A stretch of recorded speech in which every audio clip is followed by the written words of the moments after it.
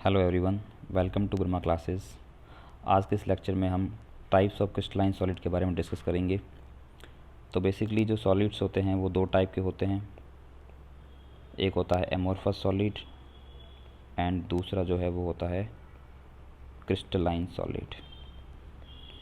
Amorphous solid के अंदर constituent particles जो होते हैं उनका अरेंजमेंट जो है वो इर्रेगुलर होता है, मतलब कोई उनका फिक्स पैटर्न नहीं होता है, रेंडमली अरेंज होते हैं।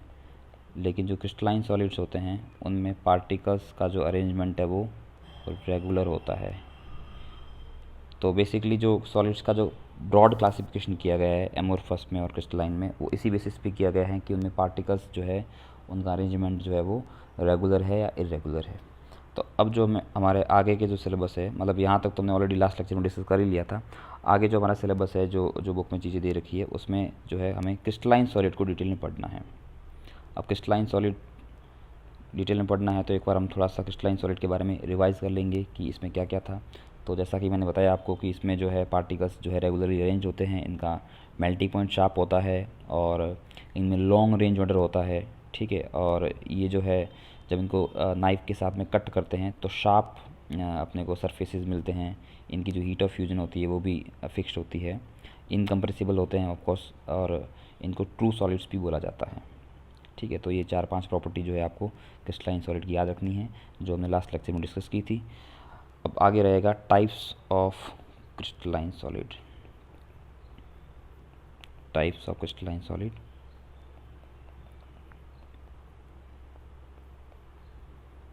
तो अब जो क्रिस्टलाइन सॉलिड का जो क्लासिफिकेशन किया गया है वो इस बेसिस पे किया गया है कि इनके अंदर जो कॉन्स्टिट्यूएंट पार्टिकल्स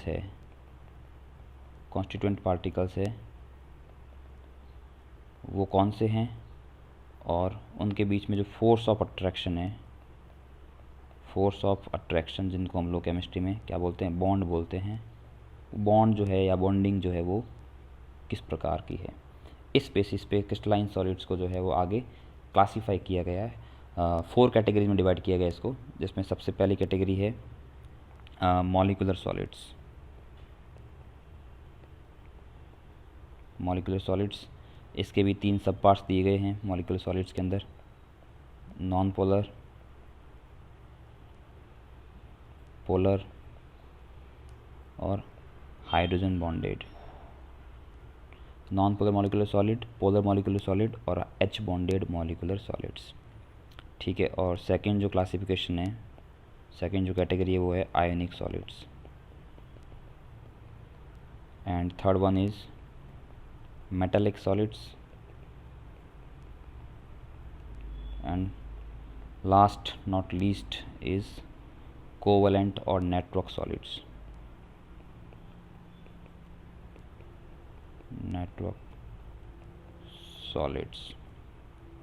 ठीक है, तो इतनी सारी कैटेगरी बनाई गई हैं। ये इस बेसिस पे बनाई गई हैं कि इनके अंदर जो कॉन्स्टिट्यूट पार्टिकल्स है वो बेसिकली है क्या, और उसमें बॉन्डिंग कैसी है, फोर्स ऑफ अट्रैक्शन जो होती है, जिनको हम लोग इंटरमॉलिकुलर फोर्सेस भी कहते हैं। केमिकल बॉन्ड हो सकता है, वो फिजिकल बॉन्ड हो सकता है। फिजिकल बॉन्ड के अंदर भी जैसे आयन डाइपोल, डाइपोल, इस तरह की बहुत सारी चीज़ें होती है। तो कुल मिला के जो है आपके केमिकल और फिजिकल बॉन्ड मिला के जो है ऑलमोस्ट 10 के आसपास में होते हैं। ठीक है, तो अब ये जो क्लासिफिकेशन किया गया है उसमें बेसिकली आपको मोटे मोटे तौर पे ये ध्यान रखना है कि जो मॉलिक्यूलर सॉलिड्स होते हैं उनके अंदर जो कॉन्स्टिट्यूएंट पार्टिकल है वो जैसा कि नाम से इंडिकेट हो रहा है कि इनके अंदर जो कॉन्स्टिट्यूएंट पार्टिकल्स है वो मॉलिक्यूल्स होंगे। ठीक है, मॉलिक्यूल्स आपको पता है कि मॉलिक्यूल्स केवल और केवल कोवलेंट कंपाउंड के होते हैं। तो एक बात तो तय है कि इस मॉलिक्यूलर सॉलिड वाली कैटेगरी के अंदर सारे के सारे कंपाउंड कोवलेंट होंगे। ठीक है, अभी इसको हम डिटेल में डिस्कस करने वाले हैं। आयनिक सॉलिड्स जो होते हैं इनके अंदर कॉन्स्टिट्यूएंट पार्टिकल जो है वो आयंस होते हैं।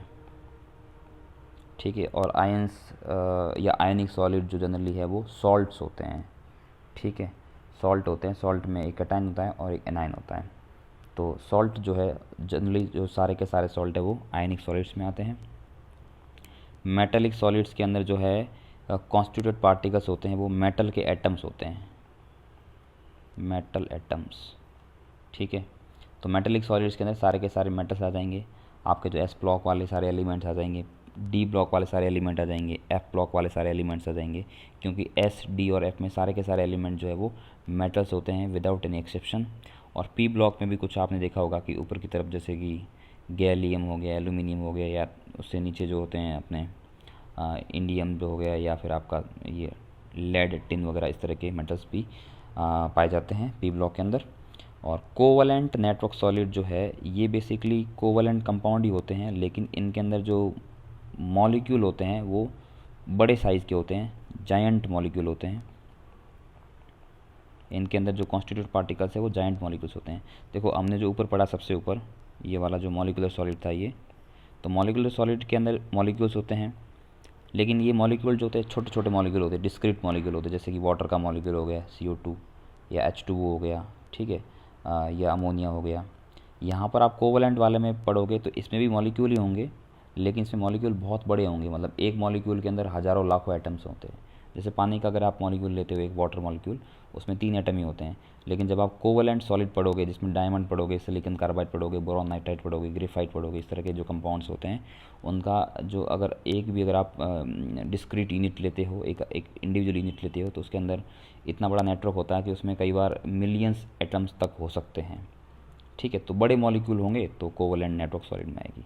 ये एक स्पेशल कैटेगरी है, मतलब एक्सेप्शनल कैटेगरी कह सकते हो आप इनको, क्योंकि इसकी जो प्रॉपर्टीज़ होती है वो जनरली जो कोवलेंट कंपाउंड होते हैं उससे थोड़ी सी डिफरेंट होती है। इनकी मेल्टिंग पॉइंट, बॉइलिंग पॉइंट वगैरह, जो हीट ऑफ फ्यूजन वगैरह होती है, इनकी वैल्यूज़ एक्सेप्शनली हाई होती है, ठीक है। तो हम 1 बाय 1 स्टार्ट करते हैं। तो अभी तक आपको इस चारों को देख के दिमाग में ये आना चाहिए कि क्रिस्टलाइन सॉलिड है वो 4 टाइप के होते हैं, और जिसमें मॉलिक्यूलर, आयोनिक, मेटेलिक, कोवलेंट और मॉलिक्यूलर के भी 3 पार्ट्स होते हैं, ठीक है। चलिए आगे बढ़ते हैं, 1 बाय 1 हम डिस्कस करते हैं सबको। तो सबसे पहला लेंगे मॉलिक्यूलर सॉलिड।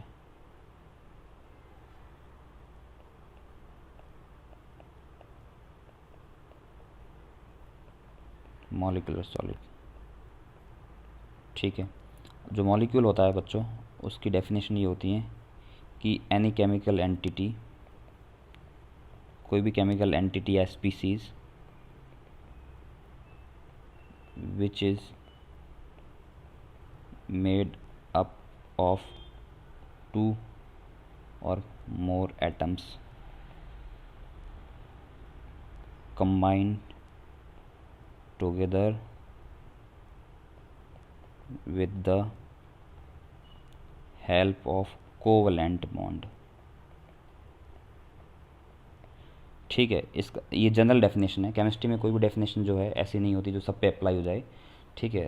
ये जनरल डेफिनेशन रहेगी जो मोस्ट प्रोबेबली एक्सेप्टेड है, ठीक है। मोस्ट वाइडली जो एक्सेप्टेड डेफिनेशन है वो यही रहती है कि केमिकल एंटिटी जो 2 या 2 से ज़्यादा एटम से बनी हो और उसमें जो एटम से आपस में कोवलेंट बॉन्ड से जुड़े हो, तो वो वाला जो पार्ट होगा या वो केमिकल स्पीसीज होगी उसको हम लोग जो है मॉलिक्यूल बोलेंगे। जैसे एग्जांपल के लिए सपोज करो हमारे पास में एक एटम ए है और दूसरा एटम भी ए है, अगर आप इसको कोवलेंट बॉन्ड से जोड़ दो, ठीक है, तो ये A2 बन जाएगा। तो A2 जो है वो मॉलिक्यूल है, ये A2 जो दिखाई दे रहा है आपको ये मॉलिक्यूल है। और ये जो बीच में हम जो लकीर बनाते इस प्रकार की, जो ये आपको बॉन्ड दिख रहा है, तो ये जो है कोवलेंट बॉन्ड को इंडिकेट करता है। ये बॉन्ड जो है सिंगल हो सकता है, डबल हो सकता है, ट्रिपल हो सकता है, ठीक है। In any case it will be covalent bond. तो कोवलेंट बॉन्ड से जो बॉन्डेड एटम्स होते हैं उनका जो पूरा होल एज ए होल जो है वो मॉलिक्यूल्स कहलाते हैं। उनमें एटम 2 हो सकते हैं, 2 से ज़्यादा भी हो सकते हैं। जैसे ये वाला पार्ट है तो इसके अंदर 3 एटम है, तो हम इसको कह सकते हैं कि जो A3 है ये एक मॉलिक्यूल है, ठीक है। लेकिन कंडीशन ये है कि इनके बीच में कोवलेंट बॉन्ड होना चाहिए। अगर आप जैसे मान लो आपने KCl ले लिया, ठीक है, और HCl ले लिया, अब आपसे पूछ ले कि इन दोनों में से कौन सा मॉलिक्यूल है, तो एटम तो इसके अंदर भी 2 है, इसके अंदर भी एटम 2 है, लेकिन KCl जो है उसमें K पॉजिटिव Cl माइनस, इसके बीच में कोई कोवलेंट बॉन्ड नहीं होता, आयोनिक बॉन्ड होता है, तो आप इसको मॉलिक्यूल नहीं कह सकते हो। HCl के अंदर H और Cl के बीच में कोवलेंट बॉन्ड होता है, इसलिए आप इसको मॉलिक्यूल कह सकते हो, ठीक है। तो I mean to say that कि आयोनिक कंपाउंड्स के केस में उसको मॉलिक्यूल नहीं कहा जाना चाहिए, ठीक है। तो ये तो एक मॉलिक्यूल की बेसिक डेफिनेशन हो गई। अब हम जो हमारा पार्ट स्टार्ट करते हैं, ठीक है। यहाँ तक जो हमने पढ़ा ये एक बेसिक जानकारी थी, इसका आपके अभी इस सिलेबस से कोई लेना देना नहीं है, ये छोटी क्लासेस की चीज़ें हैं। तो मॉलिक्यूलर सॉलिड जो होते हैं बच्चों, उनके अंदर जो कॉन्स्टिट्यूएंट पार्टिकल्स है वो मॉलिक्यूल्स होते हैं, ठीक है। तो ऑब्वियस सी बात है वो कौन से कंपाउंड होंगे, सारे के सारे मॉलिकुलर सॉलिड जो है वो all molecular solids are covalent compounds. ऐसा क्यों? क्योंकि मॉलिक्यूल्स केवल कोवलेंट कंपाउंड के होते हैं। All molecular solids are covalent compounds, ठीक है। अगर मैं इसका उल्टा बोल दूं कि all covalent compounds are molecular solids, तो ये कहना गलत होगा, क्योंकि कोवलेंट कंपाउंड जो है वो फोर्थ कैटेगरी जो होती है आपकी, इसमें भी आते हैं। तो हम ऐसा नहीं बोलेंगे, हम बोलेंगे कि जो मॉलिकुलर सॉलिड होंगे वो तो सारे के सारे कोवलेंट होंगे ही होंगे, लेकिन ज़रूरी नहीं कि सारे कोवलेंट जो सॉलिड है वो या सारे कोवलेंट कंपाउंड जो है वो मॉलिकुलर सॉलिड की कैटेगरी में आए, ठीक है। तो इसमें क्या होता है, इसमें ये होता है कि कॉन्स्टिट्यूट पार्टिकल है वो मॉलिक्यूल्स होंगे, और मॉलिक्यूल्स भी कैसे होंगे, छोटे छोटे इंडिविजुअल मॉलिक्यूल होंगे ना, सेपरेट मॉलिक्यूल्स होंगे, तो उनको बोलते हैं डिस्क्रीट मॉलिक्यूल्स, ठीक है।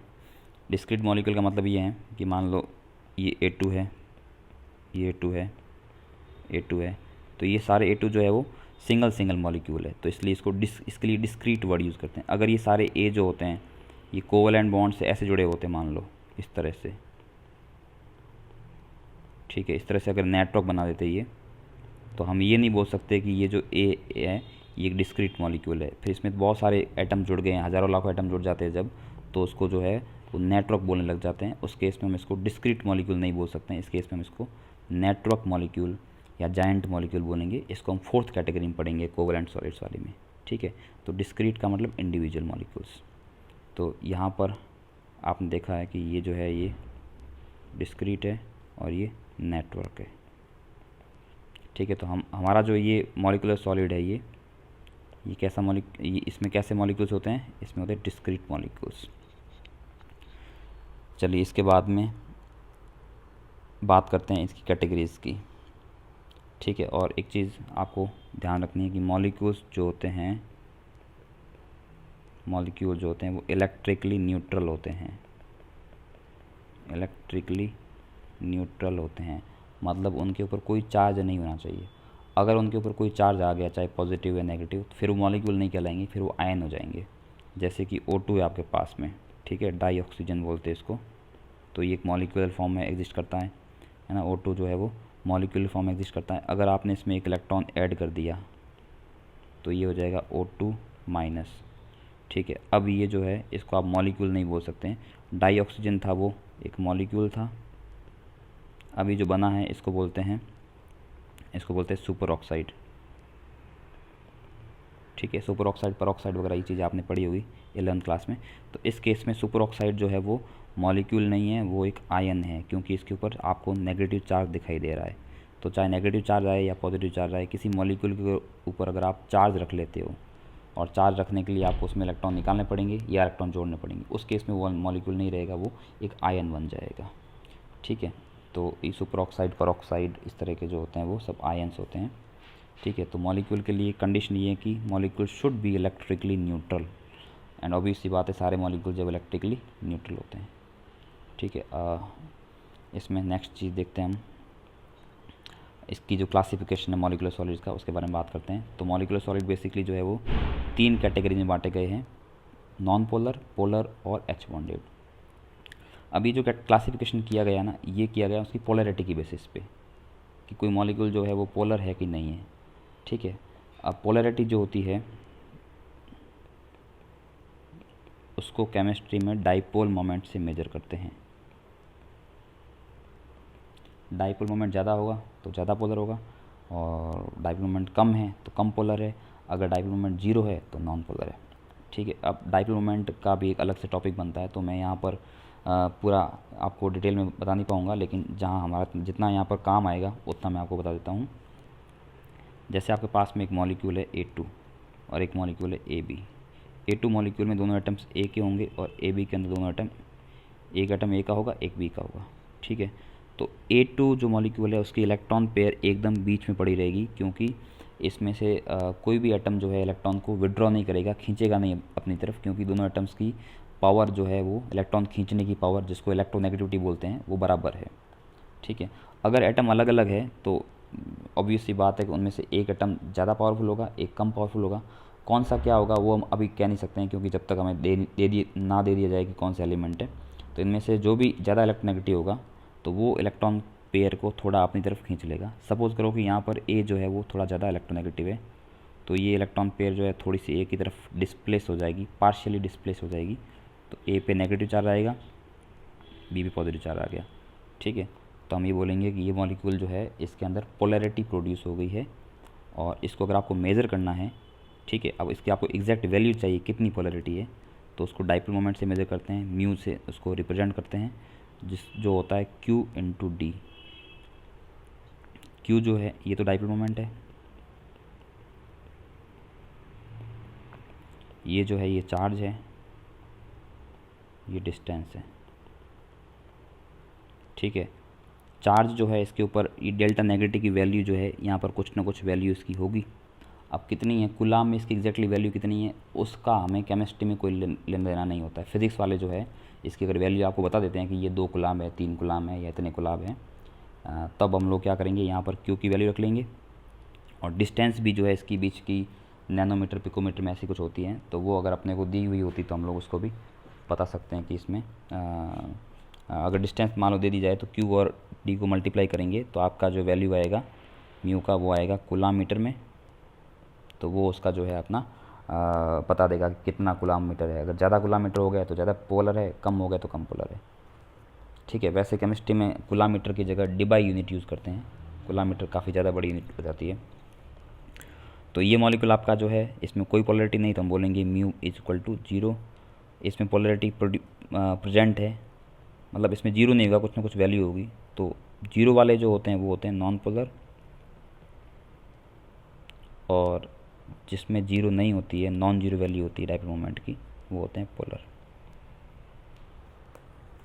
ठीक है,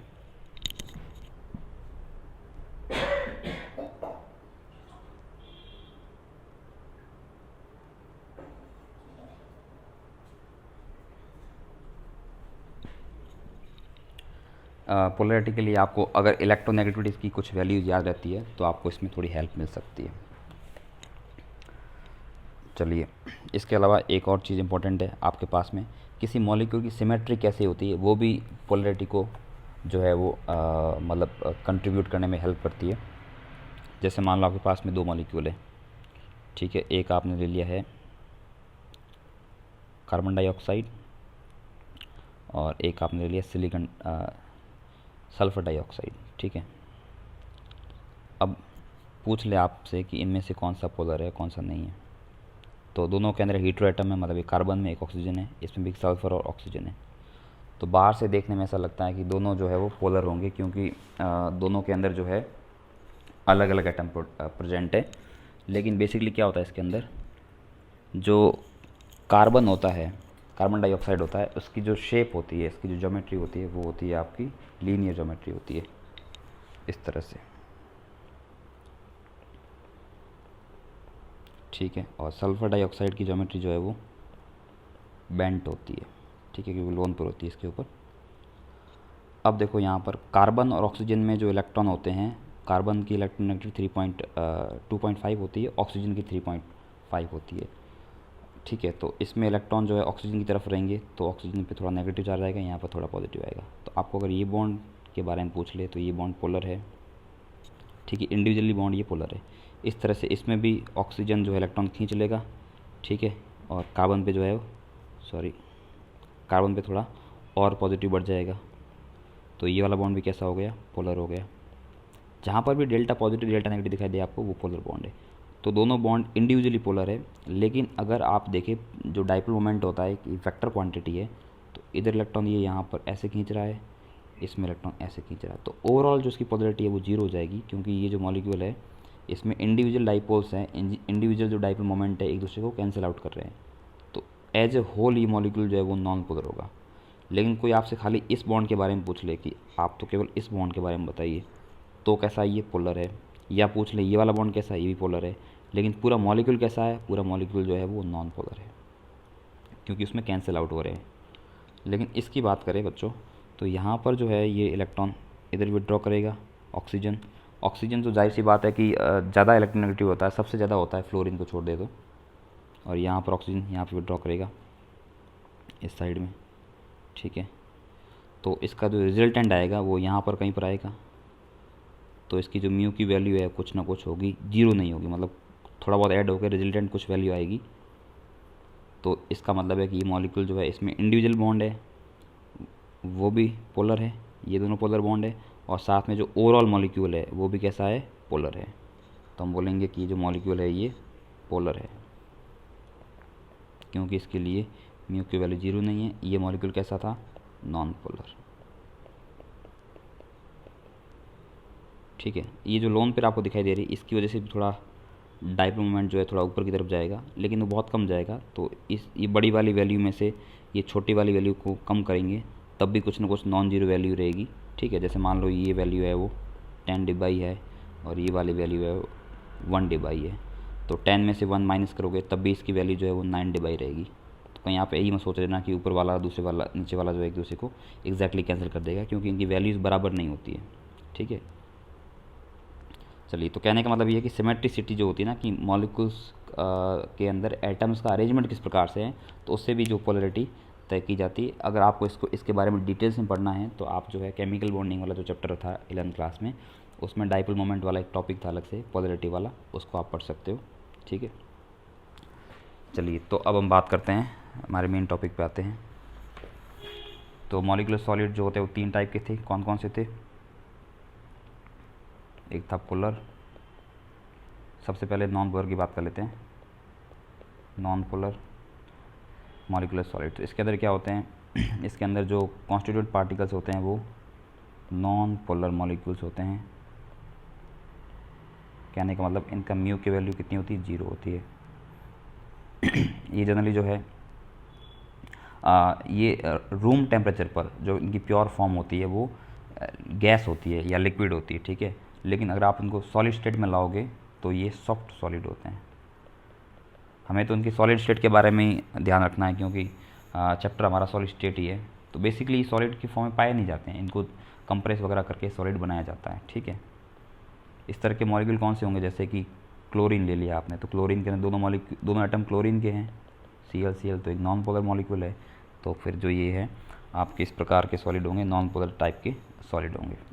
Cl2 हो गया, या मान लो अच्छा, कार्बन और हाइड्रोजन का जो बॉन्ड होता है, तो वैसे तो कार्बन की 2.5 इलेक्ट्रोनेगेटिव होती है और H की 2.1 होती है, लेकिन इन दोनों के बीच में ऐसा मानते हैं कि डिफरेंस ज़्यादा है नहीं, तो ऑलमोस्ट दोनों की इलेक्ट्रोनेगेटिव बराबर ही मान लेते हैं। तो इसकी वजह से इसका म्यू की वैल्यू जो है वो 0 रख लेते हैं, ठीक है। तो हाइड्रोकार्बन्स होते हैं उनके लिए डाइपोल मोमेंट ज़्यादा होता नहीं है, बहुत कम वैल्यू होती है, ठीक है। और मीथेन जैसा कोई मॉलिक्यूल आ जाए, जैसे मान लो आपके पास में जो है CH4 है, सॉलिड CH4, तो सॉलिड CH4 के अंदर जो है मीथेन का जो स्ट्रक्चर होता है वो टेट्राहेड्रल होता है, ठीक है। तो अब इसके अंदर भी जो डाइपोल्स होंगे वो एक दूसरे को कैंसिल आउट कर लेंगे, तो उसका जो नेट म्यू की वैल्यू आएगी वो 0 आएगी। तो मीथेन जो है सॉलिड फॉर्म में अगर एग्जिस्ट करता है तो वो भी नॉन पोलर मॉलिक्यूल है, ठीक है।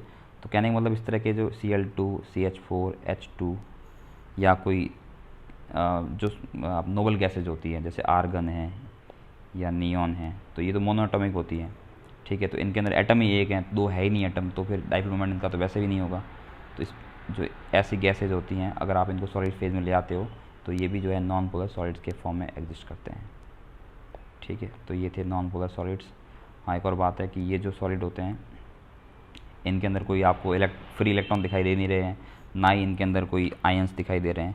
तो जब किसी भी कंपाउंड के अंदर फ्री इलेक्ट्रॉन नहीं होता या आयन नहीं होता तो वो करंट कैरी नहीं कर सकता, क्योंकि करंट चलाने के लिए आपको कोई आयन की रिक्वायरमेंट होती है, ठीक है। मतलब current is the flow of charge, तो चार्ज में भी पॉजिटिव नेगेटिव है ना, और या इलेक्ट्रॉन हो सकते हैं, इलेक्ट्रॉन भी नेगेटिव चार्ज है।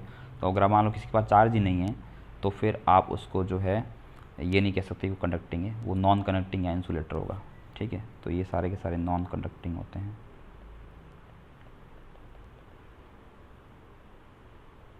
ठीक है, नॉन कंडक्टिंग हो गए। और जनरली मैंने बता दिया आपको कि जनरली जो है ये एट रूम टेम्परेचर पर ये या तो लिक्विड होते हैं या गैसेज होते हैं, मोस्ट ऑफ द केसेस में ये लिक्विड ही होते हैं, आप ये बात मान के चलिए, ठीक है। नेक्स्ट है हमारा पोलर सॉलिड्स, ठीक है, पूरा नाम होगा पोलर मॉलिक्यूलर सॉलिड, शॉर्ट में हम पोलर सॉलिड बोल देते हैं, ठीक है। पोलर सॉलिड्स, ये थे नॉन पोलर सॉलिड्स, ये पोलर सॉलिड्स। अब पोलर सॉलिड और नॉन पोलर सॉलिड में केवल इतना ही डिफरेंस है कि उसमें जो पार्टिकल थे नॉन पोलर वाले में वो कैसे थे, नॉन पोलर थे, मतलब उसका म्यू की वैल्यू 0 थी, और यहाँ पर म्यू की वैल्यू 0 नहीं होगी, बस इतना ही फ़र्क है, बाकी सारी की सारी प्रॉपर्टी सेम होगी। तो हम ये ऊपर वाली सारी चीज़ें यहाँ पर कॉपी कर लेते हैं, यहाँ कॉपी किया, इसको यहाँ पेस्ट कर लेते हैं, कुछ चीज़ें वो चेंज कर लेते हैं। जैसे आप देखिए, ये सबसे पहला पॉइंट है कि ये नॉन पोलर मॉलिक्यूल होते हैं, तो नॉन पोलर ऊपर वाले में होते हैं, यहाँ पर कैसे होंगे, पोलर होंगे, तो इतना पार्ट हम डिलीट कर लेते हैं ये, ठीक है। बाकी एग्जाम्पल भी वो भी डिलीट हो जाएंगे। तो हम यहाँ पर लिख लेंगे कि ये जो है ये सारे के सारे पोलर मॉलिक्यूल्स होते हैं, और इनके एग्जाम्पल जो है उसमें है HCl, HBr, इस तरह के इनके एग्जाम्पल्स होते हैं, delta positive, delta negative, delta positive, delta negative, ठीक है। यहाँ पर आप देख सकते हो कि इसके ऊपर पॉजिटिव चार्ज या नेगेटिव चार्ज है, तो इसमें पोलैरिटी है, ठीक है। तो ये पोलर सॉलिड हो गए। ये भी नॉन कंडक्टिंग होते हैं और जनरली रूम टेम्परेचर पर ये लिक्विड या गैसेस के फॉर्म में एग्जिस्ट करते हैं, ठीक है। इसमें लास्ट कैटेगरी है H बॉन्डेड सॉलिड्स, पूरा नाम होगा हाइड्रोजन बॉन्डेड मॉलिक्यूलर सॉलिड्स। तो बेसिकली इसके अंदर जो कॉन्स्टिट्यूटिव पार्टिकल्स होते हैं वो मॉलिक्यूल्स ही होते हैं, लेकिन उन मॉलिक्यूल्स के बीच में जो फोर्स ऑफ अट्रैक्शन होता है वो H बॉन्ड होता है, ठीक है। तो इसको शुरू करने से पहले देख लेते हैं एक बार कि H बॉन्ड क्या होता है।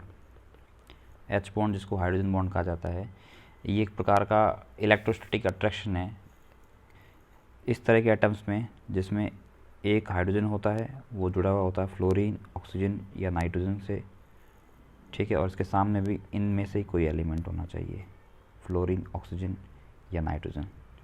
तो हम जानते हैं कि ये जो अगर हाइड्रोजन जो है वो इनमें से किसी भी एक से जुड़ा हुआ होगा, तो इनके ऊपर तो जो है वो नेगेटिव चार्ज आएगा, डेल्टा नेगेटिव, और हाइड्रोजन के ऊपर आता है डेल्टा पॉजिटिव, ठीक है, क्योंकि इनकी इलेक्ट्रोनेगेटिविटी जो है वो हाइड्रोजन से हमेशा ज़्यादा होती है। ये सब हाईली इलेक्ट्रोनेगेटिव एलिमेंट है, ठीक है। और सामने जो फ्लोरीन, ऑक्सीजन, नाइट्रोजन होगा उनके ऊपर भी जो है वो नेगेटिव चार्ज होगा, ठीक है। अब इनसे भी कुछ आगे जुड़ा हो सकता है, हाइड्रोजन जुड़ा हो सकता है या कुछ और जुड़ा हो सकता है, ठीक है। अब यहाँ पे आप देखिए कि इस हाइड्रोजन के बीच में और इस फ्लोरीन या ऑक्सीजन या नाइट्रोजन के बीच में जो फोर्स ऑफ अट्रैक्शन है इसको बोलते हैं H बॉन्ड। तो बेसिकली H बॉन्ड क्या होता है, कोई ऐसा मॉलिक्यूल जिसमें HN या HO या HF बॉन्ड हो और उस मॉलिक्यूल के ठीक सामने एक दूसरा मॉलिक्यूल हो जिसमें फ्लोरीन, ऑक्सीजन या नाइट्रोजन हो, तो उसमें जो हाइड्रोजन होगा पॉजिटिवली चार्ज उसमें, और जो सामने वाले मॉलिक्यूल में जो नेगेटिवली चार्ज या पार्शियली नेगेटिव जो फ्लोरीन, ऑक्सीजन या नाइट्रोजन होगा, उसके बीच में जो फोर्स ऑफ अट्रैक्शन होगा उसको हाइड्रोजन बॉन्ड कहा जाता है, ठीक है। एग्जाम्पल के लिए हम देख सकते हैं जैसे कि ये हमारे पास में HF है, ठीक है। और अच्छा, एक बात करें कि एग्जांपल देने से पहले एक चीज़ देख लेते हैं कि ये सारे एटम जो है फ्लोरीन, ऑक्सीजन और नाइट्रोजन, ये सारे स्मॉल साइज़ के हैं, ठीक है, और सभी की इलेक्ट्रोनेगेटिविटी ज़्यादा है, तो हाई इलेक्ट्रोनेगेटिव, ठीक है। तो H बॉन्डिंग के लिए कंडीशन ये होनी चाहिए कि जो हाइड्रोजन जो है वो small size highly electronegative atom से जुड़ा होना चाहिए। इसकी क्राइटेरिया को 3 एटम ही फुलफ़िल करते हैं, फ्लोरीन, ऑक्सीजन और नाइट्रोजन। हालांकि जो क्लोरीन होता है उसकी इलेक्ट्रोनेगेटिविटी ज़्यादा होती है, लगभग जो है वो नाइट्रोजन के बराबर होती है, लेकिन उसकी जो साइज़ होती है वो स्मॉल नहीं होती है, लार्ज साइज़ का होता है, थर्ड पीरियड का एलिमेंट इसलिए। तो इसलिए क्लोरीन जो है वो H बॉन्डिंग करने के लिए इतना कैपेबल नहीं है। हालांकि उसके भी एक्सेप्शनल केस देखे गए हैं जहाँ पर वो H बॉन्डिंग कर रहा हो, जैसे कि क्लोरल हाइड्रेट है, उसके अंदर H बॉन्डिंग करता है क्लोरीन, और भी बहुत सारे ऑर्गेनिक मॉलिक्यूल्स होते हैं जिसमें ऑर्थो पोजीशन पे क्लोरीन लगा होता है, तो उन केसेस में H बॉन्डिंग देखी जाती है, ठीक है, लेकिन उनका यहाँ पर वो लेना देना नहीं है। तो सपोज कर हमारे पास में HF का मॉलिक्यूल है और दूसरा भी मॉलिक्यूल HF का है, ठीक है। HF के 2 मॉलिक्यूल आमने सामने हैं, तो H के ऊपर पार्शियल पॉजिटिव, F के ऊपर पार्शियल नेगेटिव। ये पॉजिटिव नेगेटिव इसलिए आते हैं, मैं आपको पहले बता चुका हूँ कि इसके बीच में जो कोवलेंट बॉन्ड है, इसके जो इलेक्ट्रॉन जो होते हैं इसके बीच वाले, ठीक है, वो इलेक्ट्रॉन जो है थोड़े से खिसक कर कहाँ चले जाते हैं, ये इलेक्ट्रॉन खिसक कर चले जाते हैं फ्लोरीन की तरफ, ठीक है। तो ये इनमें पार्शियल डिस्प्लेसमेंट हो जाता है फ्लोरीन की तरफ, तो इसकी वजह से फ्लोरीन पे क्या आता है, नेगेटिव, ठीक है। नेगेटिव इसलिए आ रहा है क्योंकि इलेक्ट्रॉन उसकी तरफ जा रहे हैं ना, और इलेक्ट्रॉन कैसे होते हैं नेचर में, नेगेटिव होते हैं, इसलिए फ्लोरीन पे थोड़ा नेगेटिव आ गया। उतना को उतना नेगेटिव जो है, जितना नेगेटिव यहाँ पर आया उतना को उतना पॉजिटिव यहाँ पर प्रोड्यूस हो जाएगा, ठीक है। तो हम बोलेंगे ये मॉलिक्यूल जो है पोलर हो गया है। इस तरह से इसमें भी नेगेटिव पॉजिटिव होगा, ठीक है। अब इस नेगेटिव और इस पॉजिटिव के बीच में जो अट्रैक्शन होगा, ठीक है, इसको बोलते हैं H बॉन्ड। तो ये बेसिकली उस कंडीशन को फुलफिल कर रहा है कि आपके पास में हाइड्रोजन है, वो फ्लोरीन से जुड़ा हुआ है, फ्लोरीन की जगह पर ऑक्सीजन होता तो भी चल जाता, नाइट्रोजन होता तो भी चल जाता, और इसके ठीक सामने जो है एटम वो कौन सा है, वो भी फ्लोरीन, ऑक्सीजन या नाइट्रोजन में से कोई एक है। तो इस प्रकार की बॉन्डिंग होती है, उसको बोलते हैं H बॉन्डिंग, ठीक है। तो H बॉन्डिंग वाले जो मॉलिक्यूल्स होते हैं उनमें ये जो हमने ऊपर हेडिंग लगाई है H बॉन्डेड सॉलिड्स, इसके लिए कुछ पॉइंट्स नोट कर लेते हैं यहाँ पर कि इनके अंदर जो कॉन्स्टिट्यूएंट पार्टिकल्स होते हैं वो होते हैं मॉलिक्यूल्स ही होते हैं, है तो मॉलिक्यूल, देखो ये HF जो है ये मॉलिक्यूल ही है, ठीक है, लेकिन इनके बीच में जो फोर्स ऑफ अट्रैक्शन है वो कौन सी है, वो है हाइड्रोजन बॉन्ड। तो मॉलिक्यूल विच आर, ऐसे लिख देंगे, molecules which are linked through hydrogen bonds, ठीक है।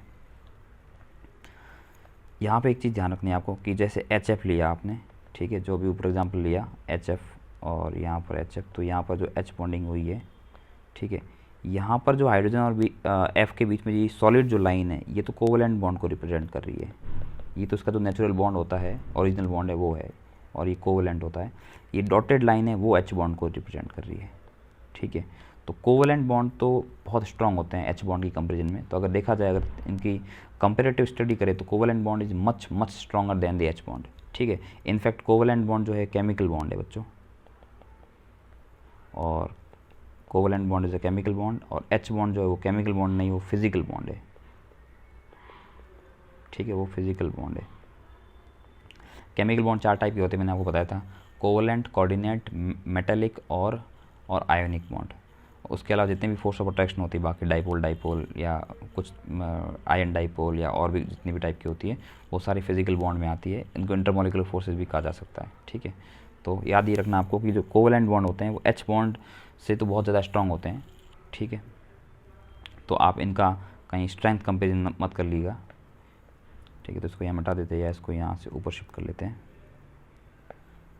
चलिए अगला पॉइंट लिख लेते हैं, H बॉन्डेड होते हैं। उसके बाद में आप देखोगे कि ये जो है जनरली एट रूम टेम्परेचर, ठीक है, रूम टेम्परेचर के लिए मैं RT ले लेता हूँ। रूम टेम्परेचर पर ये जो है, जिनमें ये जो H बॉन्डेड सॉलिड होते हैं, ये रूम टेम्परेचर पर अपने आप में नेचुरली ये जो है ये या तो वोलेटाइल लिक्विड की फॉर्म में एग्जिस्ट करते हैं, या फिर ये जो है सॉफ्ट सॉलिड की तरह एग्जिस्ट करते हैं, ठीक है। तब आप कहोगे जब ये वोलेटाइल लिक्विड है तो फिर आप इसको सॉलिड स्टेट में क्यों पढ़ रहे हैं।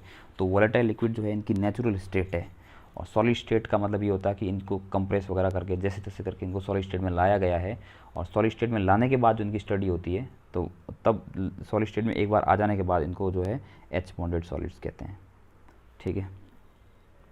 इसके अलावा ये भी जो है नॉन कनेक्टिंग होते हैं। ये तो बहुत ही ऑब्वियस सी बात है कि इनके अंदर कोई आयंस या कोई इनके ऊपर फ्री इलेक्ट्रॉन तो है नहीं जो ये करंट कैरी करे। जब तक आयन या फ्री इलेक्ट्रॉन नहीं होते हैं तब तक कोई भी कंपाउंड जो है, कोई सब्सटेंस जो है वो करंट कैरी नहीं कर सकता है। कुछ लोग ये समझेंगे कि HCl जो है, सॉरी ये जो HF एग्जाम्पल लिया था हमने ऊपर, उसमें H के ऊपर पार्शियल पॉजिटिव चार्ज है और ये पार्शियल नेगेटिव चार्ज है, फिर ये करंट कैरी क्यों नहीं कर रहा है। तो ये करंट कैरी इसलिए नहीं कर रहा है क्योंकि ये पार्शियल चार्ज जो होते हैं ना, ये फ्री आयंस नहीं होते हैं, ठीक है, ये मूवेबल नहीं होते हैं। अगर ये ऐसा होता, मान लो ये इस तरह से हो जाता, जैसे कि अगर आप HF को पानी में डाल देते हो, ठीक है, पानी में डालोगे तो पानी में जाने के बाद में ये, चूँकि एसिड है, तो पानी में जाते ही ये H प्लस में और F माइनस में टूट जाएगा। ठीक है, अगर आपने बॉन्ड ए बीच वाला तोड़ दिया तो ये H प्लस और F माइनस बन जाएगा। ये अपने आप नहीं टूटता, जब पानी में डालते हो या इसको बहुत ज़्यादा गर्म करते हो, मतलब इसको बॉन्ड को डिसोशिएट करते हो ना, तभी H प्लस और F माइनस में ब्रेक हो जाता है। अब ये कम्प्लीटली आयन कहलाएगा। ये कैटायन है और ये एनायन है। अब ये करंट कैरी कर सकता है। ठीक है, लेकिन यहाँ पर आप जो है ऊपर जो है इसको आप कैटायन नहीं बोल सकते हो, भले इसके ऊपर पॉजिटिव चार्ज है, क्योंकि इसके ऊपर पार्शियल पॉजिटिव चार्ज है। कैटायन या एनायन होने के लिए कंप्लीट पॉजिटिव चार्ज या कंप्लीट नेगेटिव चार्ज होना चाहिए।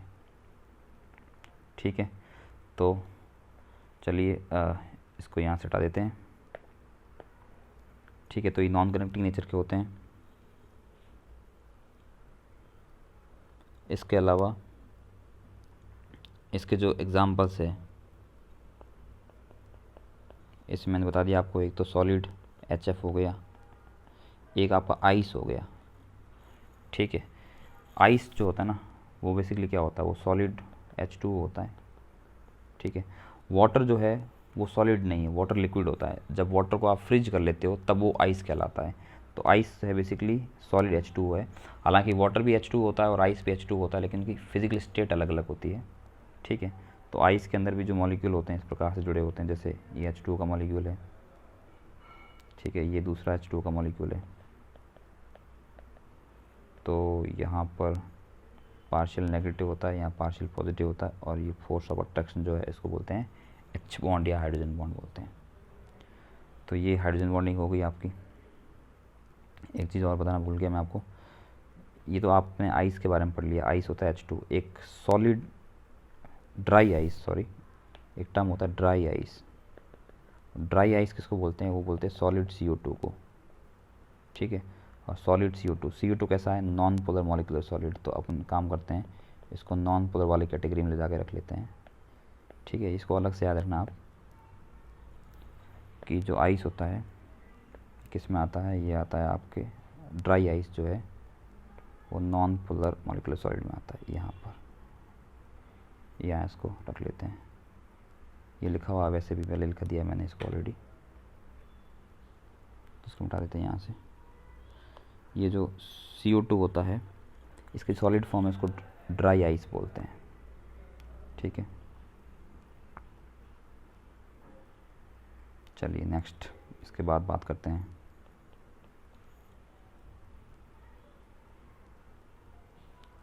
ये मॉलिक्यूलर सॉलिड की कैटेगरी यहाँ पर ख़त्म हो जाती है।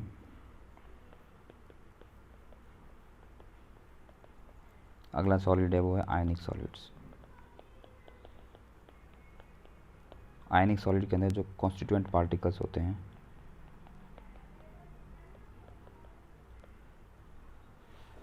ठीक है, वो जो है वो आयंस होते हैं, और आयंस आपके हो सकते हैं कैटायंस और एनायंस।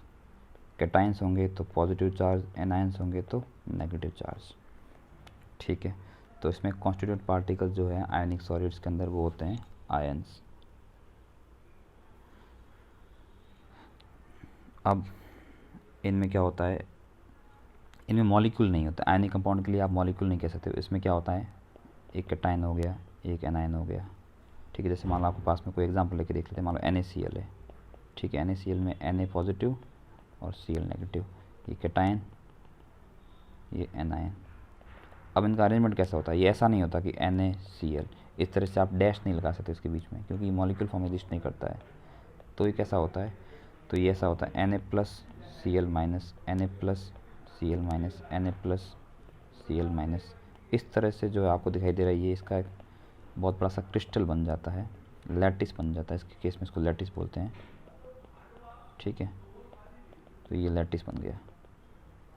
इस तरह से ये लैटिस होता है। इसको जोड़ने की ज़रूरत नहीं है, आप इसको सीधा यूँ समझ सकते हो कि NaCl या कोई भी आयनिक कंपाउंड होता है उसके से मॉलिक्यूल एग्जिस्ट नहीं करते हैं। उसमें क्या होते हैं, कैटायन और एनायन जो है अल्टरनेटिवली अरेंज्ड रहते हैं पूरे क्रिस्टल के अंदर, और इस केस में इसको बोलते हैं लैटिस। तो अभी हमने ऊपर मॉलिक्यूलर सॉलिड पढ़ा था। ठीक है, उनके लिए जो है क्या वर्ड यूज़ कर रहे थे कि उसमें कॉन्स्टिट्यूएंट पार्टिकल थे वो मॉलिक्यूल्स थे। यहाँ पर कॉन्स्टिट्यूएंट पार्टिकल है वो आयंस है, और इनका जो ओवरऑल 3D अरेंजमेंट होता है पूरा एज ए होल, उसको बोलते हैं लैटिस बोलते हैं। ठीक है, अगर इसमें से आप एक पर्टिकुलर यूनिट लेते हो, जैसे आपने NaCl ले लिया, तो इसके लिए वर्ड यूज़ करेंगे, इसके लिए वर्ड यूज़ करेंगे फॉर्मूला यूनिट, इसके लिए फॉर्मूला यूनिट वर्ड यूज़ करेंगे, ठीक है। और अब इनके बीच में जो फोर्स ऑफ अट्रैक्शन होती है, जैसे ये पॉजिटिव है और नेगेटिव, इसके बीच में कौन सी फोर्स ऑफ अट्रैक्शन है, इसमें है कूलाम फोर्स, या इसको बोलते हैं electrostatic force of attraction, electrostatic force of attraction. आपका जो 12th क्लास का फिजिक्स का पहला चैप्टर है वो इसी के बारे में, इस तरह के जो फोर्स उसके बारे में है। और इस फोर्स को, ये तो इसका फिजिकल नाम हो गया, मतलब फिजिक्स के अकॉर्डिंग इसका नाम हो गया। केमिस्ट्री में इसको आप क्या बोलोगे, आयोनिक बॉन्ड। तो ionic bond is a force of attraction between a cation and an anion, ठीक है, ये हो गया। अब देखो ये सब क्या होते हैं, ये सब जो आपको कैटायन एनायन दिखाई दे रहे हैं यहाँ पर, ये सारे के सारे अपनी पोजीशन पर फिक्स रहते हैं, मतलब मूवेबल नहीं होते सॉलिड स्टेट के अंदर। NaCl का अगर आपने मान लो क्रिस्टल ले लिया, तो उसके अंदर जो सोडियम आयंस है और क्लोराइड आयंस है वो मूव नहीं करते, वो अपनी पोजीशन पर फिक्स होते हैं, क्योंकि एक दूसरे से बंधे होते हैं।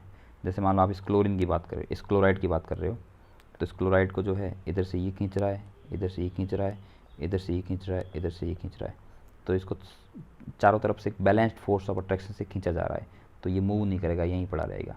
या मैक्सिमम से मैक्सिमम ये अपनी पोजीशन के ऊपर जो है थोड़ा बहुत वाइब्रेट कर सकता है अपनी पोजीशन के ऊपर, वाइब्रेशन है ना, जिसको सिंपल हार्मोनिक मोशन बोलते हैं या ऑसिलेशन बोलते हैं। उससे ज़्यादा ये ऐसा नहीं कि ये क्लोराइड जो आयन है यहाँ से मूव करके इधर आ गया या ये इधर चला गया, इस तरह से मूवमेंट नहीं होते हैं जब। तो इस लैटिस के अंदर आयन तो प्रेजेंट है, आयन तो प्रेजेंट है, लेकिन वो कैसे आयन है, इमोबाइल है। इमोबाइल यानी कि इमोबाइल का मतलब होता है इमूवेबल, ठीक है, नॉन मूवेबल कह सकते हो या इमूवेबल कह सकते हो, मतलब मूव नहीं कर सकते हैं, फ्री नहीं होते हैं। तो फ्री नहीं होंगे तो फिर करंट कैरी नहीं कर सकता है, तो इसलिए हम लिखेंगे कि जो आयनिक सॉलिड होते हैं वो कैसे होते हैं, non conducting, non conducting in solid state. अगर ये सॉलिड स्टेट के अंदर है तो ये नॉन कंडक्टिंग है, ठीक है। हाँ, मान लो आपने इस क्रिस्टल को लेके पानी में डाल दिया, ये क्रिस्टल आपने लिया और इसको आपने किस में डाल दिया, पानी में डाल दिया। तो पानी में डालोगे तो पानी के अंदर जो, जैसे ही पानी के अंदर जाएगा तो पानी क्या करेगा, इसके बीच में जो फोर्स ऑफ अट्रैक्शन आपको नज़र आ रही थी, जैसे ये NaCl के बीच में ये जो फोर्स ऑफ अट्रैक्शन था ये, ठीक है, इसको पानी तोड़ देगा, ख़त्म कर देगा। तो ये आयन जो है ये फ्री हो जाएंगे, पहले जो एक दूसरे से बंधे थे, बंधनों में बंधे थे, वो फ्री हो जाएंगे। जब ये फ्री हो जाएंगे, ठीक है, तो Na+ जो है इसके ऊपर कोई अट्रैक्शन नहीं होगा, Cl- पे भी कोई अट्रैक्शन नहीं होगा, ये सब रैंडमली ऐसे फ्री हो जाएंगे। तब ये जो है ये पानी के अंदर जो है, सॉल्यूशन के अंदर जो है ये मूव कर सकते हैं, ठीक है, ये सॉल्यूशन में जहाँ मर्जी चाहे वहाँ मूव कर सकते हैं। अब यहाँ पर जो है वो मूवेबल आयन होंगे, ठीक है, मोबाइल आयन है, तो मोबाइल आयन है या फ्री आयन है, तब हम कह सकते हैं कि अब ये जो है करंट कैरी करेगा। तो नॉन कनेक्टिंग में तो करंट कैरी नहीं करता है। या आप ज़रूरी नहीं पानी में डालो, आप क्या कर सकते हो, पानी में डाल सकते हो या इसको आप गर्म भी कर सकते हो। अगर हीट भी करोगे ना, बहुत हाईली इसको हाई टेम्परेचर पे हीट करोगे, तभी इनके बीच की जो फोर्स ऑफ अट्रैक्शन है वो ब्रेक हो जाएगी और उसकी वजह से भी आयन फ्री हो जाएंगे। तो हम बोलेंगे कि जो ये इस तरह के जो कंपाउंड होते हैं, आयनिक कंपाउंड, ये है, ये कंडक्टिंग हो सकते हैं किस में, या तो पानी के अंदर यानी कि एक्वा सॉल्यूशन के अंदर, या ये मॉल्टन स्टेट के अंदर, जो इसकी पिघली हुई जो स्टेट होती हैं जिसमें ये मॉल्टन फॉर्म में होते हैं, या फ्यूज्ड बोलते हैं सो, फ्यूज स्टेट के अंदर जो है ये करंट कैरिंग होते हैं। क्योंकि नॉन कनेक्टिंग वाले केस में तो इनके पास में फ्री आयन नहीं होते हैं, लेकिन मतलब सॉलिड स्टेट के अंदर इनके पास में फ्री आयंस नहीं होते हैं, लेकिन एक्वा सॉल्यूशन या मॉल्टन स्टेट में होंगे तो इनके आयन फ्री हो जाएंगे। जब फ्री हो जाएंगे तो आप इलेक्ट्रिक फील्ड अप्लाई करोगे, वोल्टेज अप्लाई करोगे, तो आयन जो है वो मूव करने स्टार्ट हो जाएंगे, ठीक है। कैटायन जो है कैथोड की तरफ जाएगा, एनायन एनोड की तरफ जाएगा, ठीक है। और ये सॉफ्ट सॉलिड नहीं होते हैं, ये रूम टेम्परेचर पर भी सॉलिड के फॉर्म में एग्जिस्ट करते हैं। सारे के सारे आयनिक कंपाउंड्स रूम टेम्परेचर पर सॉलिड के फॉर्म में एग्जिस्ट करते हैं। तो at room temperature they exist in solid form, they are hard, they are rigid, they are incompressible, ठीक है, ये चीज़ हो गई। और जनरली आप जानते हो कि आयनिक कंपाउंड जो होते हैं, आयनिक कंपाउंड जो होते हैं वो पोलर होते हैं, इसलिए ये पानी में घुल जाते हैं। तो सॉल्यूबल इन वाटर,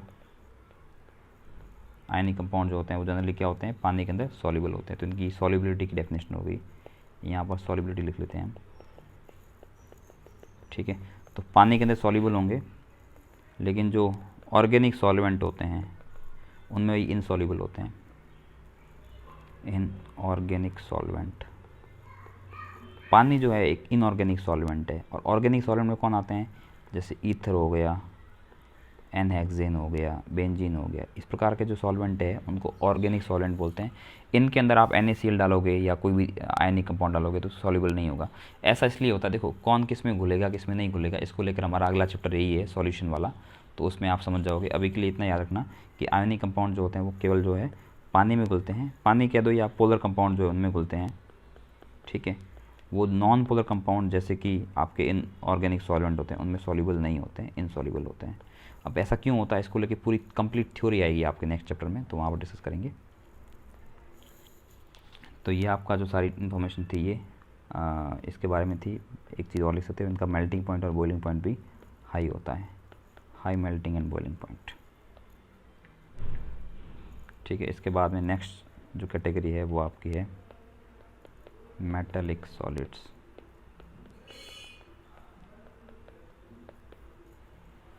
बहुत ही आसान है, सिंपल सा, ये कुछ है नहीं, इसके बारे में आप लोग छोटी क्लास में पढ़ चुके हो। मेटालिक सॉलिड जो होते हैं इनके अंदर जो कॉन्स्टिट्यूएंट पार्टिकल्स होते हैं वो होते हैं मेटल एटम्स, मेटल एटम्स, ठीक है। जैसे मान लो आपने ले लिया है कोई मेटल ले लेते, जैसे लिथियम ले लिया है, ठीक है। लिथियम सबसे लाइटेस्ट मेटल है, लाइटेस्ट मेटल है या लाइटेस्ट सॉलिड भी कह सकते हो आप इसको। तो लिथियम जो है एक मेटल है। अब इसके अंदर लिथियम के जो एटम होते हैं वो इस तरह से अरेंज रहते हैं। मान लो ये लिथियम का एटम है, ये लिथियम का एटम है, ये लिथियम का एटम, इस तरह से जो है रेगुलरली अरेंज रहते हैं, ठीक है। तो आप सोचोगे कि अब इनके बीच में फोर्स ऑफ अट्रैक्शन कौन सी है, तो अब फोर्स ऑफ अट्रैक्शन है मेटल के बीच में, तो फोर्स ऑफ अट्रैक्शन जो होती है या जो बॉन्ड होता है वो होता है मेटेलिक बॉन्ड, ठीक है। तो यहाँ पर जो आपको एटम्स के बीच में जो बॉन्ड दिखाई देता है वो कौन सा बॉन्ड होता है, वो मेटेलिक बॉन्ड होता है। अब मेटेलिक बॉन्ड क्या होता है ये हम आपको ऑलरेडी क्लास में हम इसको डिस्कस कर चुके हैं, लास्ट लेक्चर में जो ऑफलाइन क्लास हुई थी उसमें हमने कहा था कि जो मेटेलिक बॉन्ड होता है वो बनता है कर्नल के बीच में और सी ऑफ इलेक्ट्रॉन के बीच में, ठीक है। तो kernel and sea of electron के बीच में बॉन्ड जो बनता है उसको बोलते हैं, या फोर्स ऑफ अट्रैक्शन जो होती है उसको मेटेलिक बॉन्ड बोलते हैं, ठीक है।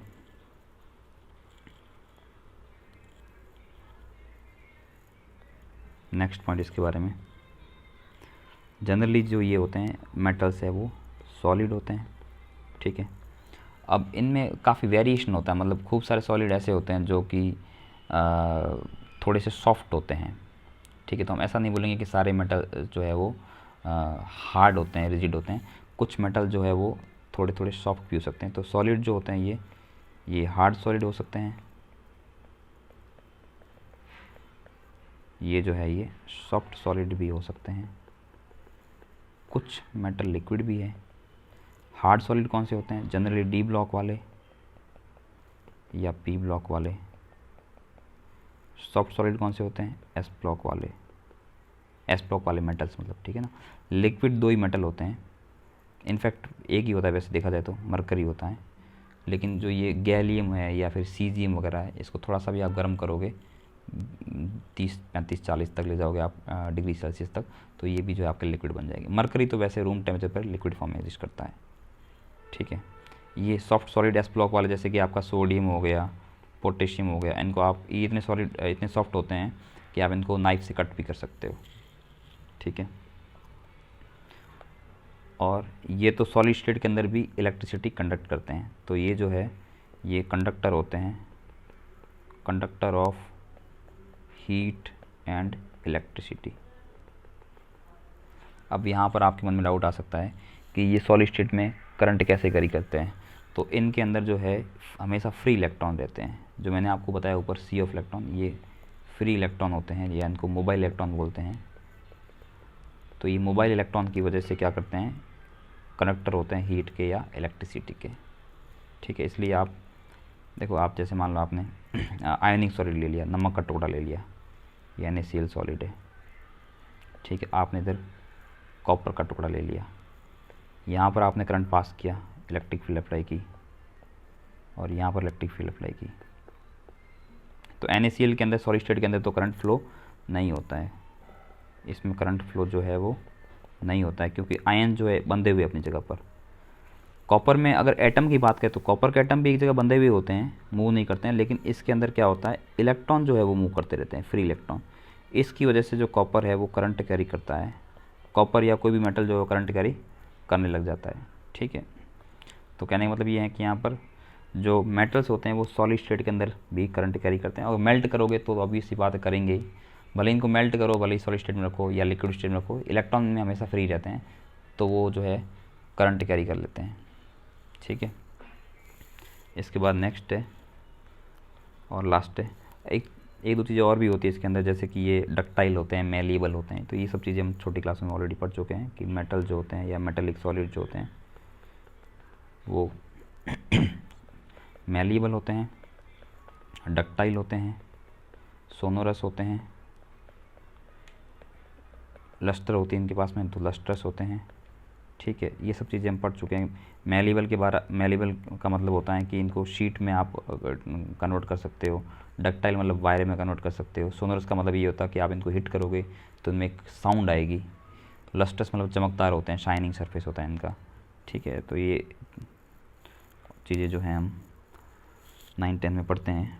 इसके बाद नेक्स्ट और लास्ट जो सॉलिड है वो है कोवलेंट या नेटवर्क सॉलिड।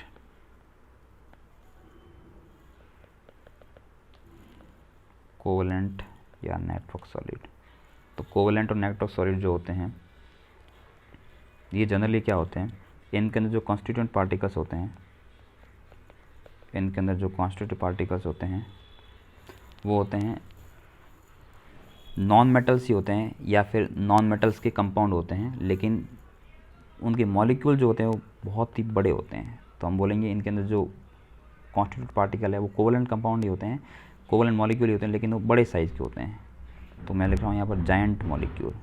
ठीक है, इसके बारे में आपको ऑलरेडी पहले बता चुका हूँ कि अगर कोई मॉलिक्यूल छोटा सा है, इस तरह से अलग अलग सेपरेट मॉलिक्यूल है, तो उसको मॉलिक्यूल सॉलिड बोलेंगे। अगर पूरा नेटवर्क बन जाता है मान लो, तो उसको बोलेंगे जायंट मॉलिक्यूल। अब नेटवर्क में हज़ारों लाखों एटम हो सकते हैं।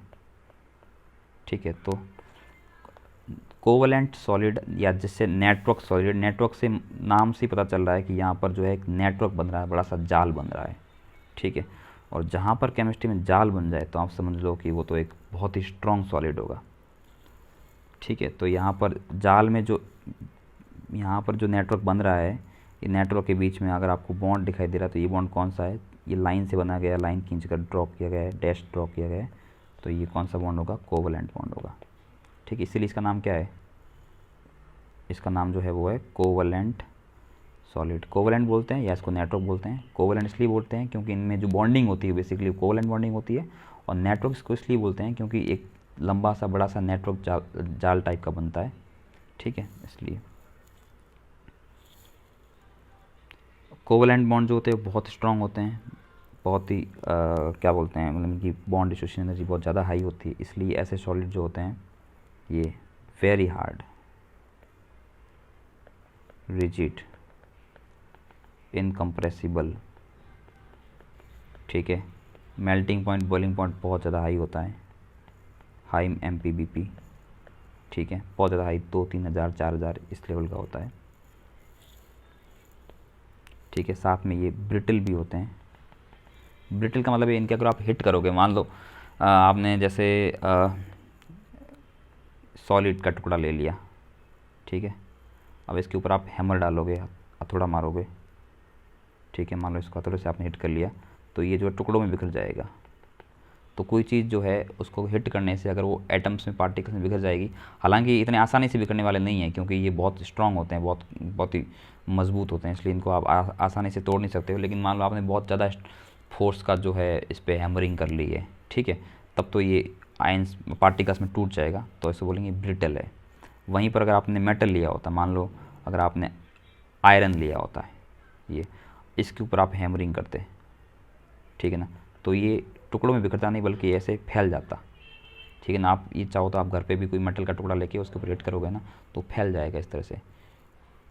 लेकिन यहाँ पर जो है ये जो कंपाउंड होते हैं इस प्रकार के, ये जो कोवलेंट या नाइट्रोक्सॉलिड होते हैं, इनके ऊपर आप हैमरिंग करोगे तो ये फैलेंगे नहीं बल्कि बिखर जाएंगे, तो इसको ब्रिटल बोलते हैं। और इनफैक्ट जो आयनिक कंपाउंड होते हैं जो हमने ऊपर पढ़े थे वो भी ब्रिटल नेचर के होते हैं। तो उसमें भी एक पॉइंट आप चाहो तो ऐड कर देना कि आयनिक कंपाउंड भी जो है वो ब्रिटल होते हैं। ठीक है, चलिए इसके बाद में इसमें भी आप देख रहे हो कि जो नाइट्रोक्सॉलिड होते हैं उसमें भी एटम जो है वो तो अपनी जगह पे फिक्स है, साथ में जो इलेक्ट्रॉन है वो बॉन्डिंग करने में काम आ रहे हैं। मतलब इलेक्ट्रॉन भी फ्री नहीं है यहाँ पर मेटल्स की तरह, सारे इलेक्ट्रॉन जो है वो ऑलरेडी कोवलेंटली बॉन्डेड है, फ्री नहीं है। जब इलेक्ट्रॉन फ्री नहीं है ना इनमें आयन फ्री है तो ये कैसे होते हैं, नॉन कंडक्टिंग होते हैं। तो ये जो इम्पोर्टेंट चीज़ें थी इसके बारे में। ठीक है, और इनके मेल्टिंग पॉइंट वगैरह इतने हाई होते हैं कि कई बार तो ये इनको आप मेल्ट करने की कोशिश करोगे तो ये मेल्ट होने से पहले जो है ये डिकम्पोज हो जाएंगे लेकिन मेल्ट नहीं होंगे, इतना हाई इनका मेल्टिंग पॉइंट होता है। ठीक है, इनके जो क्लासिकल एग्जांपल्स है उसमें एक तो है आपका डायमंड, एक ग्रेफाइट, एक सिलिकॉन कार्बाइड। ठीक है, डायमंड, ग्रेफाइट और सिलिकॉन कार्बाइड ये इनके एग्जांपल्स होते हैं। डायमंड और ग्रेफाइट आप जानते हो एलोट्रॉप है कार्बन के, और सिलिकॉन कार्बाइड एक अलग कंपाउंड है जो कि सिलिकॉन और कार्बन से बना होता है। तो थोड़ा थोड़ा आपके सिलेबस में डायमंड और ग्रेफाइट के बारे में दे रखा है। और डायमंड जो होता है और ग्रेफाइट होता है, ये दोनों नाइट्रोक्सॉलिड ही है। डायमंड और ग्रेफाइट दोनों नाइट्रोक्सॉलिड है या इनको कोवलेंट सॉलिड बोल सकते हैं, पर थोड़ा इनमें अंतर है। डायमंड में क्या होता है, हर एक कार्बन एटम से 4 कार्बन एटम जुड़े होते हैं। ठीक है, फिर आगे भी इससे 4 कार्बन एटम जुड़े होते हैं, तो इस प्रकार से एक बहुत बड़ा सा नेटवर्क बन जाता है। ग्रेफाइट में क्या होता है, हर एटम से जो है 3 एटम जुड़े होते हैं। ठीक है, चौथा इलेक्ट्रॉन फ्री रहता है। वो फ्री रहता है तो क्या करेगा उसके बारे में अभी बात करेंगे। तो हर एटम से मतलब 3 एटम जुड़े होते हैं, तो इस प्रकार से इसमें रिंग्स बन जाती हैं, हेक्सागोनल रिंग्स बन जाती है। ठीक है, इस तरह से एक रिंग ऐसी बन गई, ऐसी बहुत सारी जो है शीट्स बन जाती है। ठीक है, आप देखोगे इसमें तो हर एक एटम जो है वो 3 से जुड़ा हुआ, 1, 2 और 3। ठीक है, यहाँ पर भी जो है 1, 2 और एक इधर होगी, इसमें भी 1, 2, एक यहाँ पर भी होगी। इस प्रकार से पूरा ये फैला हुआ होता है। ठीक है, तो इस तरह से ये ग्रेफाइट का स्ट्रक्चर हो गया। तो अब एक इलेक्ट्रॉन फ्री रहता है, मान लो एक इलेक्ट्रॉन इसके पास फ्री, एक इलेक्ट्रॉन इसके पास फ्री, एक इलेक्ट्रॉन इसके पास फ्री, एक इसके पास फ्री, एक इसके पास, हर कार्बन एटम के पास में एक इलेक्ट्रॉन फ्री रहता है ग्रेफाइट के अंदर। तो वो क्या करते हैं, इस प्रकार से बॉन्डिंग बना लेते हैं। एक बॉन्ड बन गया यहाँ पाई, ये बन गया पाई बॉन्ड, और ये पाई बॉन्ड बन गया। और पाई बॉन्ड जो होता है वो क्या करता है, डी लोकलाइज करता है। मतलब ये पाई बॉन्ड जो है वो मूव करता है, कभी यहाँ पे आ गया तो ये वाला बॉन्ड आगे चला गया, ये आगे चला गया।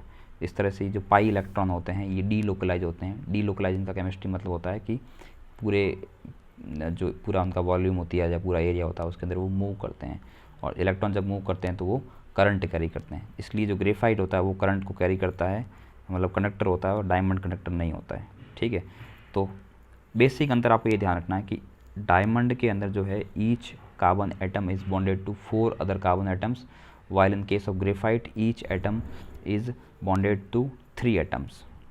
ठीक है, तो इसका मतलब है हर एटम का एक इलेक्ट्रॉन फ्री है, और वो इलेक्ट्रॉन फ्री जो होता है वो पाई बॉन्डिंग में इन्वॉल्व होता है, और पाई बॉन्डिंग जो होती है इसमें डी लोकलाइज्ड होती है, और डी लोकलाइज का मतलब होता है कि वो इलेक्ट्रॉन जो है मूव करते हैं। ठीक है, इसमें जो है स्ट्रक्चर टेट्राहेड्रल होता है। ठीक है, देखो आप एक एटम से जो एक ऊपर जुड़ा हुआ, एक यहाँ जुड़ा हुआ, एक यहाँ जुड़ा हुआ, एक यहाँ जुड़ा हुआ, तो ये जो स्ट्रक्चर बन के आता है इसको बोलते हैं टेट्राहेड्रल। ठीक है, जबकि ग्रेफाइट के अंदर जो स्ट्रक्चर होता है तो वो जो है 1, 2, 3 ये तीनों एक प्लेन में होते हैं, तो ये जो है स्ट्रक्चर बन के आता है यहाँ पर, इसको बोलते हैं ट्राइगोनल प्लानर। ठीक है, तो इसमें होता है ट्राइगोनल प्लानर। और इसमें हाइब्रिडाइजेशन sp3, इसमें हाइब्रिडाइजेशन sp2। 4 कोवलेंट बॉन्ड है यहाँ पर तो sp3 हो गया, यहाँ पर 3 कोवलेंट बॉन्ड है इसलिए sp2 हो गया। ठीक है, ये नॉन कंडक्टर है, ये जो है ये कंडक्टर है। पूछेंगे ग्रेफाइट कंडक्टर क्यों है, तो इसमें बोल देना आप कि इसमें जो पाई बॉन्ड बनते हैं, या ऐसे बोल देना सिंपल लैंग्वेज में कि हर एटम के पास में एक इलेक्ट्रॉन जो है वो मूवेबल होता है, फ्री होता है या डीलोकलाइज होता है, इस वजह से ही करंट कैरी कर लेता है। ठीक है, ये होता है हार्ड एंड रिजिड, लेकिन ये हार्ड नहीं है, ये जो है वो सॉफ्ट होता है। ठीक है ना। अब इसके सॉफ्ट होने की वजह क्या होती है, देखो ये तो हार्ड इसलिए है कि सारे एटम जो है बॉन्डिंग में काम आ गए और ये बहुत ही स्ट्रॉन्ग कोवलेंट बॉन्ड बनते हैं, यहाँ पर बहुत बड़ा जाल बन जाता है इस प्रकार से इसका। ठीक है, तो ये इसको मतलब तोड़ना या इसको मेल्ट करना आसान नहीं होता है, इसलिए बहुत हार्ड होता है ये। ग्रेफाइट में ये होता है बच्चों कि यहाँ पर जो आपकी एक लेयर बनी है, ये जो लेयर बनी है, एक दूसरी लेयर है, ये तीसरी लेयर है, इन लेयर के बीच में जो आपस में फोर्स ऑफ अट्रैक्शन होता है वो वान डर वाल फोर्सेज होती है। ठीक है, वान डर वाल फोर्सेज लंदन फोर्सेज टाइप की होती है। तो ये आपस में फोर्सेज क्या है, वान डर वाल फोर्सेज, ये थोड़ी वीक टाइप की होती है, इसलिए ये जो आपकी स्लाइड है, मतलब ये जो लेयर है ये इसके ऊपर स्लिप कर जाती है, स्लाइड कर जाती है। ठीक है, फिसल जाती है, इसकी वजह से ये जो है वो सॉफ्ट एंड स्लिपरी होता है। ठीक है ना, सॉफ्ट मतलब मुलायम और स्लिपरी मतलब चिकना होता है। तो इसकी वजह क्या होती है, इसकी वजह ये होती है कि जो इसकी जो लेयर्स होती हैं, ठीक है, ये एक लेयर है, ऐसी बहुत बड़ी सी लेयर बनेगी, ये दूसरी लेयर बनेगी, ऐसे बहुत बड़ी सी ये भी लेयर बनेगी। इन लेयर्स के बीच में जो फोर्स ऑफ अट्रैक्शन है वो वान डर वाल, वीक वान डर वाल फोर्स है, इसकी वजह से एक दूसरे के ऊपर स्लाइड कर जाती है और ये जो इसकी वजह से ये सॉफ्ट और स्लिपरी होता है। तो लेयर्स के बीच में जो है लेयर्स, ऐसा लिख लेंगे यहाँ पर कि जो लेयर्स है वो स्लाइड अपॉन ईच अदर। इसके ऊपर थोड़ी सी फोर्स लगाओगे आप, मैकेनिकल फोर्स लगाओगे, तो ये लेयर्स एक दूसरे के ऊपर स्लाइड कर जाएगी, क्योंकि इन लेयर के बीच में वीक वान डर वाल फोर्सेज है। ठीक है, इस वजह से ये सॉफ्ट एंड स्लिपरी होता है। हाँ, सॉफ्ट होता है इसका मतलब ये नहीं कि ये मतलब इसका मेल्टिंग पॉइंट कम होता है, इसका मेल्टिंग पॉइंट बहुत ज़्यादा होता है, लगभग इसका मेल्टिंग पॉइंट है वो 3600 होता है इसका जो मेल्टिंग पॉइंट है बच्चों ग्रेफाइट का, वो 3600 डिग्री सेल्सियस होता है, ये बहुत ज़्यादा मेल्टिंग पॉइंट है। ठीक है ना, टंगस्टन वगैरह जो होते हैं, जो जाने माने मेटल्स होते हैं, उनसे भी ज़्यादा होता है, और डायमंड का तो और ज़्यादा होता है। डायमंड का जो मेल्टिंग पॉइंट है वो ऑलमोस्ट 1400 डिग्री सेल्सियस होता है। वैसे डायमंड को आप जो है 4000 डिग्री सेल्सियस पे लेके आओगे तो ये डायमंड जो है ग्रेफाइट में कन्वर्ट होने लग जाएगा। ठीक है, और ग्रेफाइट भी जो है 3600 डिग्री सेल्सियस पे मतलब पिघलता नहीं है डायरेक्टली, ये सब्लिमेशन करने लग जाता है। ठीक है, तो उनकी थोड़ी प्रॉपर्टी थोड़ी यूनिक होती है। इस तरह से सिलिकॉन कार्बाइड होता है, वो भी एक नेटवर्क सॉलिड होता है, उसमें हर सिलिकॉन एटम से 4 कार्बन एटम जुड़े होते हैं और हर कार्बन एटम से 4 सिलिकॉन एटम जुड़े होते हैं।